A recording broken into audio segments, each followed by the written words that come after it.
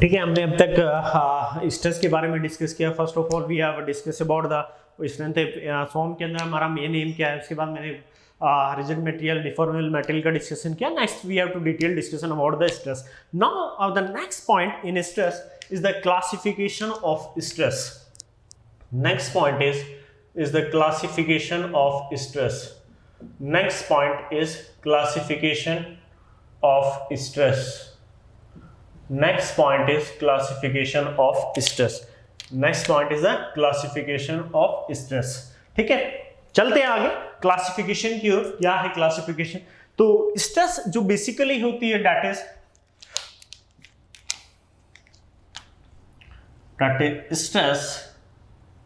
stress are basically of two types.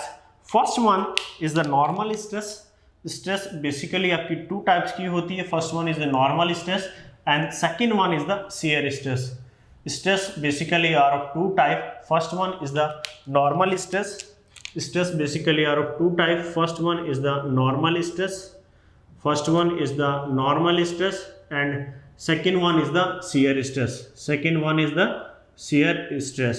First जो होती है that is normal stress and second one is shear stress. तो what is normal stress? Those stress which are act perpendicular to the surface. मान लो ये कोई surface है, इस सरफेस के परपेंडिकुलर डायरेक्शन में, सरफेस के परपेंडिकुलर डायरेक्शन में ये मान लो ये कोई सरफेस है, सरफेस के परपेंडिकुलर डायरेक्शन में जो भी स्ट्रेस होगी, या ये कोई बोर्ड, मान लो ये कोई बोर्ड आपका सेक्शन है, those stress which are act perpendicular to this surface, this board, इस बोर्ड के सरफेस के परपेंडिकुलर जो भी स्ट्रेस होंगी that is called normal stress. ये मान लो ये कोई सरफेस है, सरफेस पे परपेंडिकुलर डायरेक्शन में जो भी स्ट्रेस होंगी that is called normal stress. वो क्या होंगी? आपकी नॉर्मल स्ट्रेस होंगी। And those stress which are act along a surface, ये कोई सरफेस है, वे स्ट्रेस जो इस सरफेस के अलोंग होंगी that is called shear stress. अगर ये बोर्ड आपने कोई प्लेन मान लो, ये कोई सरफेस मान लिया, तो इस सरफेस के, इस बोर्ड के प्लेन के परपेंडिकुलर जितनी भी स्ट्रेस होंगी, ये इस बोर्ड के प्लेन में जो भी स्ट्रेस इसकी परपेंडिकुलर डायरेक्शन में होंगी that is called normal stress. And those stress which are act along the surface of this of the plane of this board is called shear stress, is called shear stress। समझ में आया? वे stress जो किसी surface की perpendicular होंगी that is called normal stress and those stress which are act along the surface is called shear stress। ठीक है, समझ में आया? आगे चलते हैं। Normal stress are basically again तीन पार्ट में इसको मैंने क्लासीफाई किया है नॉर्मल स्ट्रेस को, first, second and third. First part is normal stress में जो आपका फर्स्ट पार्ट आता है that is called axial stress. First is called direct normal stress. First is the direct normal stress, direct normal stress, direct normal stress, और इसी को बोलते हैं axial stress. Direct normal stress और इसी को बोलते हैं axial stress. Direct normal stress और इसी को बोलेंगे एक्सियल स्ट्रेस। ठीक है, नेक्स्ट चलते हैं that is of bending stress. Normal stress में first type that is the direct normal stress and second one is the bending stress. Second one is the bending stress, second one is the bending stress and third one is bearing stress. Third one जो होती है that is bearing stress. Third one is bearing stress. Third one is bearing stress. Third one is bearing stress. ठीक है, first one is direct normal stress और axial stress, second one is the bending stress and third one is bearing stress. Detail में हम discuss करेंगे अभी। First one stress basically दो type का होता है, normal stress and second stress, shear stress. Normal stress those stress which are act perpendicular to the surface is called normal stress and those stress which are act along the surface is called shear stress. ठीक है, इतना समझ में आया? अब आगे देखते हैं द नेक्स्ट इज जो नॉर्मल स्ट्रेस होती है basically of two type. First one is the direct normal stress और axial stress, second one is the bending stress and third one is bearing stress. Detail में discuss करेंगे आगे next जो है that is shear stress. Next is shear stress. तो shear stress is basically of two type. First one is the direct shear stress और second one is the indirect shear stress. जो shear stress होती है that are of basically two type. First one is first and this is second. तो first one जो होती है that is direct shear stress. First one is direct shear stress. First one is the direct shear stress and second one is the indirect shear stress. Indirect shear stress. Indirect shear stress. First one जो होता है that is direct shear stress and second one is the indirect shear stress. ठीक है, आगे discuss करेंगे इतना ही। Indirect shear stress में basically example से torsional shear stress is also an example of indirect shear stress. एक एक को डिटेल में पढ़ते हैं। ठीक है, देखते हैं क्या होती है, कौन सी स्ट्रेस क्या होती है। तो फर्स्ट वन आप शुरुआत से स्टार्टिंग करता हूँ, व्हाट इज नॉर्मल स्ट्रेस। तो नॉर्मल स्ट्रेस क्या होती है, those stress which are act perpendicular to the surface, जो किसी सरफेस के परपेंडिकुलर लगेंगे उनको बोलते हैं normal stress. those stress which are act perpendicular to the surface is called normal stress and those stress which are act along the surface is called shear stress। ठीक है, मान लो ये कोई बोर्ड, ये बोर्ड है, ये बोर्ड आपका कोई प्लेन है या कोई सरफेस है, तो इस बोर्ड के परपेंडिकुलर डायरेक्शन में, इस बोर्ड के परपेंडिकुलर डायरेक्शन में जो भी स्ट्रेस होंगी that is called normal stress and those stress which are act along the plane of the board is called shear stress. ठीक है, समझ में आया। अब नेक्स्ट चलते हैं direct shear stress, direct normal stress और axial stress. Next heading is direct normal stress. Next heading is direct normal stress. Next heading is direct normal stress और इसी को बोलते हैं एक्सियल स्ट्रेस, और इसी को क्या बोलते हैं हम, एक्सियल स्ट्रेस, और it is called axial stress, और it is called axial stress. Direct normal stress और इसी को बोलते हैं एक्सियल स्ट्रेस। देखते हैं क्या होता है डायरेक्ट नॉर्मल स्ट्रेस और एक्सियल स्ट्रेस क्या होती है, इसको डिटेल में डिस्कस करते हैं। इफ मान लो ये कोई मटेरियल है आपका, दिस इज ए बॉडी, ये कोई प्रिज्मेटिक बार है, ये कोई प्रिज्मेटिक बार है। इस प्रिज्मेटिक बार में इसके एक्सिस के अलोंग, इस प्रिज्मेटिक बार के एक्सिस के अलोंग अगर कोई भी लोड लगा है, अगर इस प्रिज्मेटिक बार के एक्सिस के अलोंग कोई भी लोड लगा दो, दैट इज मैंने यहाँ पे P लगाया, दिस इज यहाँ पे भी P लगाया। ठीक है, इस ये कोई बार है सिंपली, जिसका क्रॉस सेक्शनल एरिया कुछ भी ले सकते हो आप, दैट इज A। ठीक है, क्या ले सकते हो, क्रॉस सेक्शनल एरिया A। ठीक है, ये कोई बार है, इस बार पे कोई आपने लोड लगाया P which is acting along the axis of the member of this बार।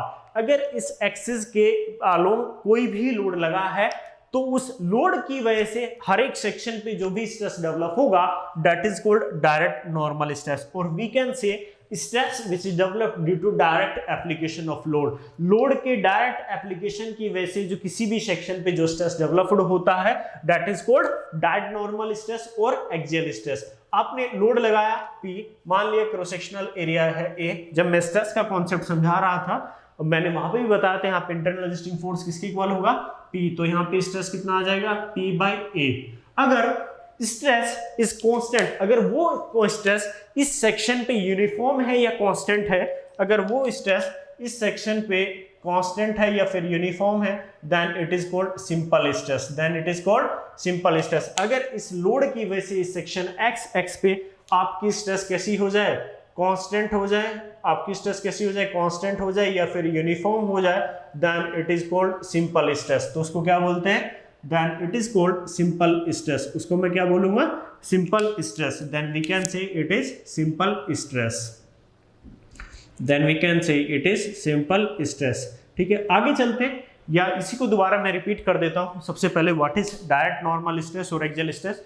तो those stress which is developed due to direct application of load, जो डायरेक्ट एप्लीकेशन ऑफ लोड की वजह से जो स्ट्रेस डेवलप होती है that is called direct normal stress और या एक्सियल स्ट्रेस। या किसी दूसरे टर्म्स में समझेंगे, if any load is directed along the axis of the member, अगर कोई लोड किसी एक्सिस के अलोंग डायरेक्टेड है तो उस लोड की वजह से हर एक सेक्शन पे जो भी किसी भी सेक्शन पे जो स्ट्रेस डेवलप हो रहा है that is called direct normal stress, that is called direct normal stress और axial stress. If this stress is constant और uniform at any section x, अगर वो स्ट्रेस आपकी कांस्टेंट या फिर यूनिफॉर्म है किस सेक्शन x पे, then it is called simple stress. मैं क्या बोल दूंगा उसको, simple stress, then we can say it is simple stress. ठीक है, समझ में आया। आगे चलते हैं, next concept is bending stress. Next concept is bending stress. Bending stress देखते हैं, रब कर लेते हैं इसको पहले।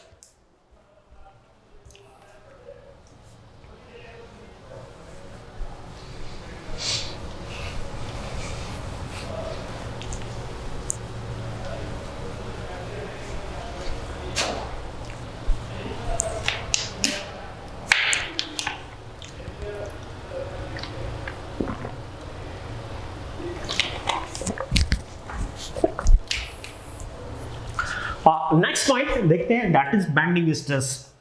Next point is the bending stress. Next point is bending stress.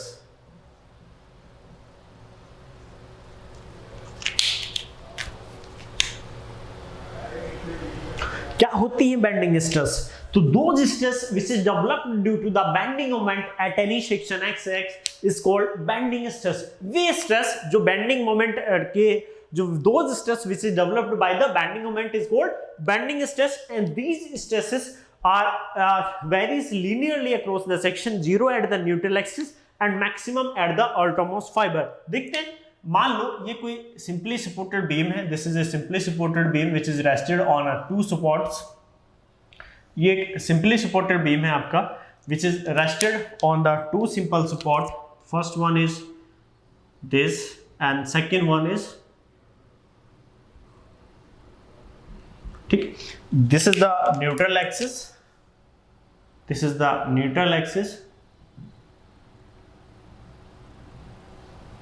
अब देखते हैं, इस सिंपल बीम पे, इस बीम पे आपने एक मोमेंट अप्लाई किया, you have to apply moment m here and you have to apply moment m here।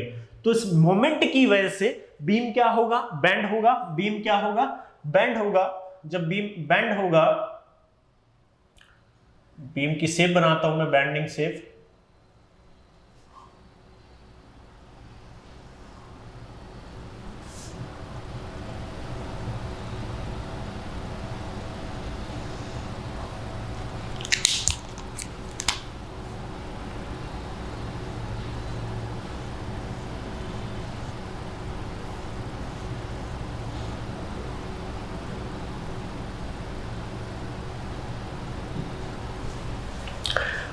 When you apply a moment on this beam, the beam will be bent। तो जब beam bend होगा तो जो अल्टरमोस्ट, जो बाहर की layer होगी, जो टॉप लेयर होगी, उस पे क्या होगा? There will be some tension. वो क्या हो जाएगी? जो अल्टर लेयर होगी, टॉप लेयर होगी, देयर विल बी एलोंगेशन। उस लेयर पे क्या होगा? एलोंगेशन होगा। जो बॉटम लेयर होगी, इस पे क्या होगा? कॉन्ट्रैक्शन होगा। तो जो लेकिन बीम के अंदर एक लेयर ऐसी होगी जिसपे ना तो एलोंगेशन हो रहा होगा ना कोई कॉन्ट्रैक्शन हो रहा होगा। That layer is called neutral surface. That layer is called neutral surface. और न्यूट्रल सरफेस का लॉन्गिट्यूडनल एक्सिस, न्यूट्रल सरफेस का उसके लॉन्गिट्यूडनल एक्सिस से जो भी इंटरसेक्शन होगा, that is called neutral axis. That is called neutral axis. यानी कि उस पे ना तो कोई एलोंगेशन हो रहा है, ना कोई डिफॉर्मेशन, ना तो कोई एलोंगेशन हो रहा है, ना कोई कॉन्ट्रैक्शन हो रहा है। इसका मतलब उसमें स्ट्रेन कितना है? 0। तो न्यूट्रल एक्सिस पे आपकी स्ट्रेन क्या होगी? 0। न्यूट्रल एक्सिस पे क्या होगी? स्ट्रेन। तो न्यूट्रल एक्सिस, अगर ये एक्सिस आपकी न्यूट्रल एक्सिस है, this is called neutral axis and this is also called neutral axis. तो न्यूट्रल एक्सिस के अबाउट जो आपके फाइबर थे वो क्या हुए? अलोंगेट। जो फाइबर थे क्या हो गए? अलोंगेट। तो ऊपर क्या डेवलप हुई? कौन सी स्ट्रेस डेवलप हुई?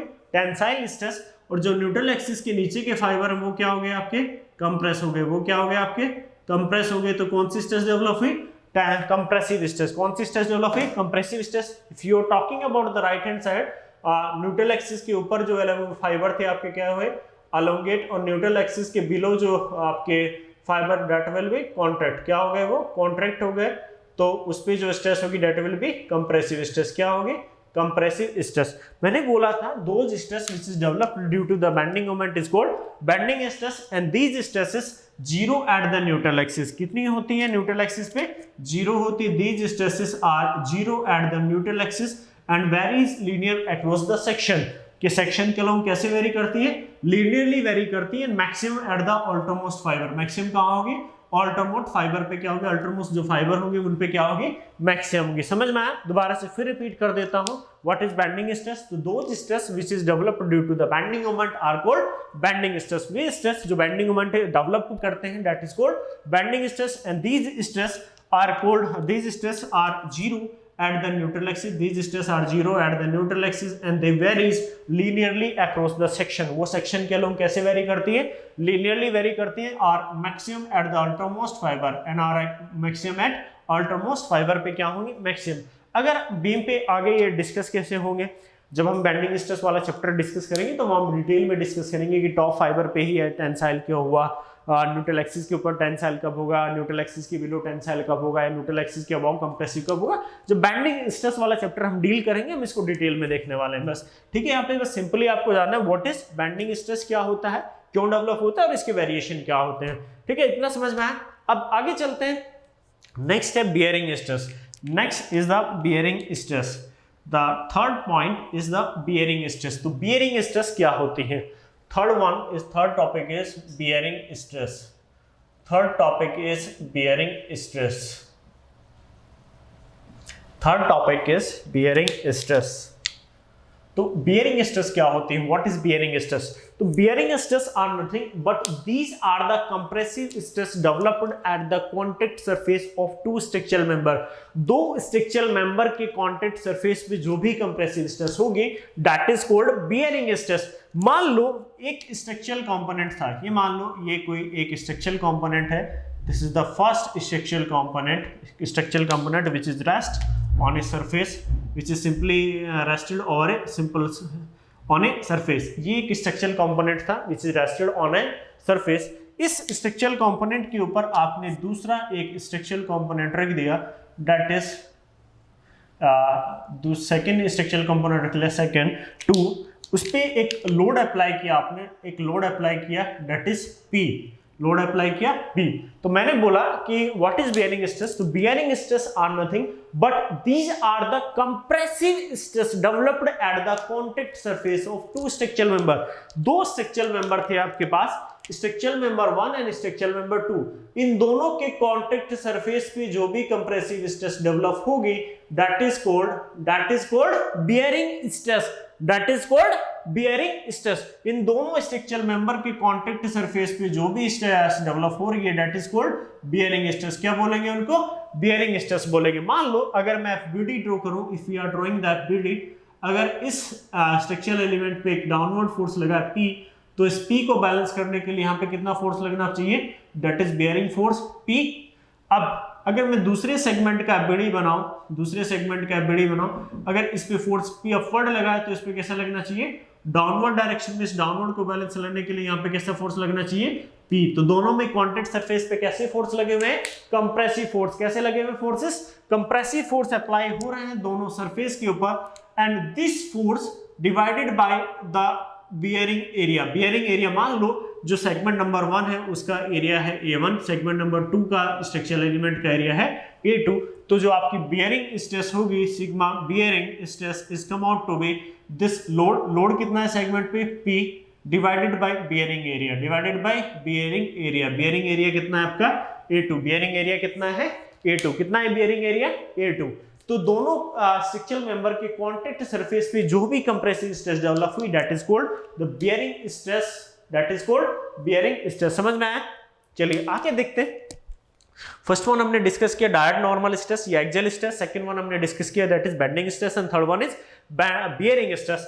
आगे चलते हैं, what is direct shear stress. चलिए दोबारा से फिर रिपीट कर देता हूं। डायरेक्ट नॉर्मल स्ट्रेस क्या होती है, दो stress which is develop due to direct application of load. Direct application of load की वजह से किसी भी सेक्शन पे जो स्ट्रेस डेवलप होगा that is called direct normal stress और एक्सियल स्ट्रेस। अगर उस लोड की वजह से उस सेक्शन पे स्ट्रेस यूनिफॉर्म हो जाए तो उसको क्या बोलते हैं, सिंपल स्ट्रेस। नेक्स्ट है आपका बेंडिंग स्ट्रेस। बेंडिंग स्ट्रेस क्या होती है, दो stress which is develop due to the bending moment. वे स्ट्रेस जो बेंडिंग मोमेंट डेवलप करता है that is called bending stress, and these stress are zero at the neutral axis and maximum at the outermost fiber and varies linearly across the section। next था आपका bearing stress। bearing stress क्या होती है, तो bearing stress are nothing but these are the compressive stress developed at the contact surface of two structural member। दो structural member के contact surface पे जो भी compressive stress आपकी develop होगी that is called bearing stress। क्या बोलेंगे उसको, bearing stress। next आता है direct shear stress।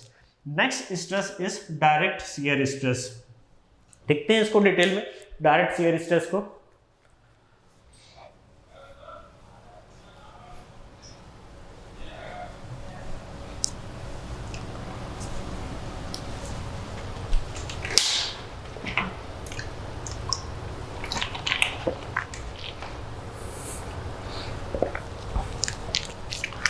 Next point is that is direct shear stress।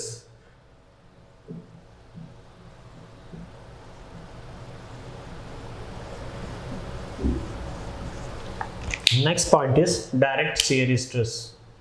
क्या होती है direct shear stress? What is direct shear stress? तो सबसे पहले डायरेक्ट शियर स्ट्रेस को एक्सप्लेन करने से पहले मैं आपको बता दूं what is shear stress. Those stresses which are act perpendicular, those are act along the surfaces is called shear stress. वे स्ट्रेसेस जो किसी सरफेस के अलोंग लगती हैं that is called shear stress. अब मान लो ये कोई बीम एलिमेंट है आपके पास, this is a beam element, ये कोई बीम एलिमेंट है आपके पास। इस बीम एलिमेंट पे it is simply supported at both the ends. ये क्या है? दोनों एंड पे सिंपली सपोर्टेड है। This beam element is simply supported at both the end. कैसा है? सिंपली सपोर्टेड है दोनों एंड पे। ठीक है, इस पे कुछ लोडिंग लगा देते हैं। मान लो ये कोई लोडिंग है इस पे लगी हुई बीम एलिमेंट पे। This is UVL, uniformly varying load, and this is the point load. कुछ पॉइंट लोड लगे हुए हैं इस बीम के ऊपर। This is the point load, this is the point load. मान लिया मैंने कोई वैल्यूज दे दी इनको, that is P1, this is P2। ठीक है, अब एक सेक्शन कंसीडर करो, सेक्शन XX। क्या कंसीडर करो? Section XX। तो सेक्शन XX पे क्या डेवलप होगा मेरा? Shear force. क्या डेवलप होगा? Shear force. In order to maintain the equilibrium of the left side of the segment, a shear force is developed at section XX। क्या develop होगा? Section XX पे मेरा एक शियर फोर्स डेवलप होगा, that is called VX। क्या लिख लिया मैंने उसको? VX। इस शियर फोर्स की वजह से इस पर्टिकुलर सेक्शन XX पे, इस शियर फोर्स की वजह से इस पर्टिकुलर सेक्शन XX पे जो भी स्ट्रेस डेवलप होगी that is called direct shear stress. That is called direct shear stress. अगर मैं एक यहाँ पे FBD बना लूं, if you are drawing the FBD of the left segment, this is the beam element, this is the beam element, this is the support, that is simple support, and the loading is applied on it। एक loading लगी हुई है इस पे। This is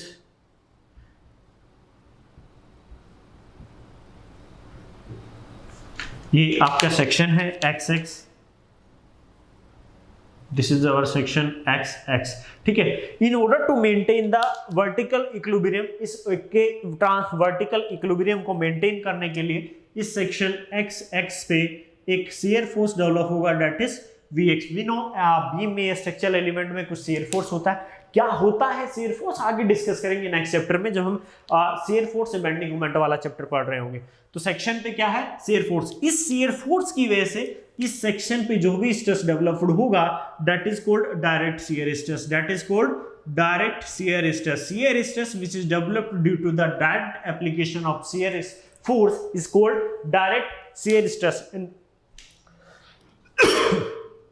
and these stresses varies parabolically across the section, zero at the outermost fiber and maximum somewhere in the cross section of the beam, and maximum somewhere in the cross section of the beam। जब हम direct shear stress वाला chapter पढ़ेंगे वहां पे discuss करेंगे detail में why it is parabolic in nature, why it is parabolic in nature. और maximum value कहाँ होती है? CG पे होती है, न्यूट्रल एक्सिस पे होती है, या फिर सम अदर लोकेशंस पे होती है, वो आप डिटेल में हम डिस्कस करेंगे। बस यहाँ भी इतना जान लीजिए, व्हाट इज, आपसे पूछे what is direct shear stress, आपसे कोई पूछ रहे थे what is direct shear stress, तो simply you can say the stress which is developed due to the direct application of shear force. वे स्ट्रेस जो किसकी वजह से डेवलप हो रही है? Direct application of shear force की वजह से डेवलप हो रही है, that is called direct shear stress. क्या बोलेंगे उनको? डायरेक्ट शियर स्ट्रेस बोलते हैं। These stresses very parabolically across the section, zero at the outermost fibre, zero at the outermost fibre and maximum in the somewhere in the cross section. Maximum कहीं पे भी हो सकती है, वो CG पे भी हो सकती है, वो न्यूट्रल एक्सिस पे भी मैक्सिमम हो सकती है, या फिर किसी अदर लोकेशन पे मैक्सिमम हो सकती है। जब हम डायरेक्ट शियर स्ट्रेस वाला चैप्टर पढ़ेंगे तो हम डिटेल में डिस्कस करेंगे कि why it is parabolic in nature. ठीक है, समझ में आया? आगे चलते हैं, आगे देखते हैं नेक्स्ट जो होने वाला है जो मेरे, that is indirect shear stress. Next point is indirect shear stress. Next point is indirect shear stress. तो क्या होती है इनडायरेक्ट शियर स्ट्रेस? ठीक है, तो indirect shear stress basically develop due to tension, compression और टॉर्शन। तीन की कंपोनेंट की वजह से डेवलप होती है, या तो कोई टेंशन लगा हो बॉडी पे, टेंशन फोर्स लगा हो, या फिर कंप्रेसिव फोर्स लगा हो, या फिर कोई टॉर्शनल मोमेंट लगा हो। मान लो ये कोई बॉडी है आपके पास, दिस इज ये कोई स्ट्रक्चरल एलिमेंट है and the shape of this structural element is like this. ठीक है, ये कोई स्ट्रक्चरल एलिमेंट है, इसके दोनों एंड पे दोनों एंड पे क्या लगा हुआ है, एक फोर्स लगा हुआ है, that is P and this is also P, this is also P, ठीक है। ये एक स्ट्रक्चरल एलिमेंट है, इसकी शेप कुछ इस तरह से, इस पे दोनों एंड पे एक टेंसाइल फोर्स लगा हुआ है P। तो इस टेंसाइल फोर्स की वजह से, इस टेंसाइल फोर्स का वी नो, इस टेंसाइल फोर्स का एक कंपोनेंट इस डायरेक्शन में भी होगा which are act along the surface and one component is normal to the surface, one component is normal to the surface. इस फोर्स P का जो ये सरफेस के अलोंग कंपोनेंट होगा, it will produce shear stress, it will produce shear stress. क्या produce करेगा वो, shear stress को प्रोड्यूस करेगा। इस फोर्स का वर्टिकल कंपोनेंट जो इसके परपेंडिकुलर होगा, इस सरफेस को मैंने कोई नाम दे देता हूं, this is surface A, this is surface A dash, A dash, ये कोई सरफेस है आपका A डैश। इस बॉडी पे फोर्सेस लगे थे आपके P इस डायरेक्शन में, इस फोर्स P का एक कंपोनेंट होगा इस सरफेस के along, that is A dash के along, that will produce shear stress. क्या प्रोड्यूस करेगा, शियर स्ट्रेस प्रोड्यूस करेगा। इसका वो component which is acting perpendicular to the surface of the surface A dash, that will create normal stress, that will create normal stress, that will create normal stress. The stress, the shear stress produced due to this force indirectly on the surface A dash is called indirect shear stress, is called indirect shear stress. आपने simply क्या लगाया था body पे, आपने simply एक force लगाया था body पे, tensile force on both end, but due to the geometry of this structure, this component will produce a force which is aligned along the surface A dash, जो किस surface की align है, A और A dash के align है, and this force will produce a shear action on the surface A dash and will produce the shear stress, and this shear stress is called indirect shear stress. Second example क्या हो सकता है, that is torsional shear stress. Second example is the torsional shear stress we will discuss here.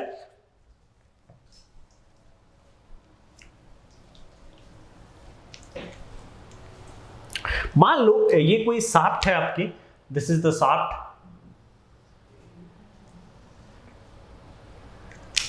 This shaft is fix eight one and, ये shaft किसी one and पे fix है,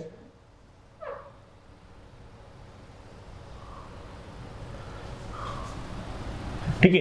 ये कोई शाफ्ट है, इस शाफ्ट पे आपने कोई ट्विस्टिंग मोमेंट या टॉर्शनल मोमेंट अप्लाई कर दिया, इस शाफ्ट पे टॉर्शनल मोमेंट अप्लाई किया, तो इस टॉर्शनल मोमेंट की वजह से इस शाफ्ट की किसी भी पर्टिकुलर सेक्शन पे आप कोई भी पर्टिकुलर सेक्शन ले सकते हो, that is XX, this is also XX, this is also XX, ठीक है। अब इस टॉर्शनल मोमेंट की वजह से हर एक सेक्शन पे जो भी स्ट्रेस इंड्यूस होगा, that is called indirect shear stress, that is called indirect shear stress, and these indirect shear stress, this is the cross section of the shaft, is circular in nature, and this indirect shear stress vary linearly across the section, varies linearly across the section. मान लो पहले आपका जो diameter था that is A dash के along था, when you applying a twisting moment on this surface, so the position of A will become A dash, the position of A will become A dash, sorry, the position of A will become B, and the position of A dash will become, position of A dash will become B dash, position of A dash will become B dash, position of A dash will become B dash. Then the stress produced due to this action is called indirect shear stress. Then the shear stress produced this action is called indirect shear stress. These shear stress also varies linearly across the section. ये stress भी क्या करती है, vary करती है across the linearly across the section, and zero at the center and maximum at the circumference. Circumference पे क्या होंगे, maximum होगी, and zero कहाँ पे होगी, center पे होगी। दोबारा से रिपीट कर देता हूँ, indirect shear stress क्या होती है, those stress which is developed indirectly due to tension, compression or torsion. We stresses, those stresses which is developed due to indirectly by tension, compression and torsion. ये एक structural element था, इस structural element पे आपने force लगाया दोनों end पे, इधर भी P इधर भी P, लेकिन इस ज्योमेट्री की वजह से, इस स्ट्रक्चर की ज्योमेट्री की वजह से this force P will produce a horizontal component which is aligned along the surface A dash, and which is act as a shear force. वो किसकी तरह काम करेगा, एक shear force की वजह से काम करेगा, and this will produce shear stress which is called indirect shear stress. इसका वर्टिकल कंपोनेंट ए डैश पे नॉर्मल डायरेक्शन में एक्ट करेगा and this will produce normal stress, this will produce normal stress. इसका सेकंड एग्जांपल ये tension की वजह से था, सेकंड एग्जांपल मैं आपको बता दूं टॉर्शनल मोमेंट की वजह से। जो किसी भी सेक्शन पे जो टॉर्शनल मोमेंट है, ट्विस्टिंग मोमेंट की वजह से जो स्ट्रेस डेवलप होती है that is called indirect shear stress. अब ये कोई शाफ्ट है, शाफ्ट का एक एंड फिक्स है, एक एंड पे आपने टॉर्शनल मोमेंट लगा दिया टी। जब आप टॉर्शनल मोमेंट लगाओगे, इस टॉर्शनल मोमेंट टी की वजह से हर एक सेक्शन पे जो भी स्ट्रेस डेवलप होगा, इस टॉर्शनल मोमेंट की वजह से हर एक सेक्शन पे जो भी आपका शियर स्ट्रेस डेवलप होगा that is called indirect shear stress. क्या बोलते हैं इसको? Indirect shear stress. क्या बोलेंगे इसको? Indirect shear stress. मान लो बिफोर अप्लाइंग टॉर्शनल मोमेंट आपकी जो पोजीशन थी दैट इज ए डैश। क्या पोजीशन थी? A dash. After applying twisting moment, जब आपने ट्विस्टिंग मोमेंट अप्लाई किया, the position of A will become B and the position of A dash become B dash. तो position कितना इसमें stress produce हुआ that is this value. तो this stress varies linearly across the vary across the section and 0 at the center and maximum at the circumference, maximum at the circumference। ठीक है, समझ में आया? आगे भी डिटेल में डिस्कस करेंगे। जब हम बैंडिंग स्ट्रेस वाला चैप्टर डील करेंगे तो हम डिटेल में डिस्कस करेंगे बैंडिंग स्ट्रेस। जब हम शियर स्ट्रेस वाला चैप्टर डील करेंगे तो डिटेल में वहां डिस्कस करेंगे what is the direct shear stress. जब हम टॉर्शन वाला चैप्टर डील करेंगे तो वहां डिटेल में फिर से देखेंगे इनडायरेक्ट शियर स्ट्रेस और टॉर्शनल शियर स्ट्रेस। ठीक है, इतना समझ में आया? ये था मेरा simple first we have to discuss about the stress. Second, उसके बाद मैंने आपको क्लासिफिकेशन ऑफ स्ट्रेस डिस्कस किया। नाउ जो लास्ट पॉइंट आता है इस चैप्टर के अंदर that is the representation of stress.